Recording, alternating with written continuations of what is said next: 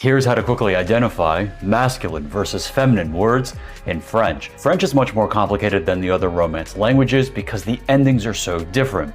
We know, for example, in Spanish and in Italian, usually if it ends with an O, it's masculine, and if it ends in an A, it's feminine. However, because of the way French has evolved over the centuries, there are many different endings.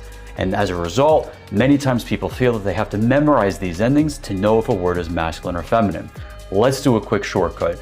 I would argue about 8 times out of 10, though don't exactly quote me on that figure, you can use this rule. If a word ends with an E, more likely than not, or again, let's say 8 times out of 10, it's going to be feminine. And then if a word ends with anything else, more likely than not, it's going to be masculine. Now, of course, there are exceptions, which is why I say about 8 times out of 10, it'll get you through.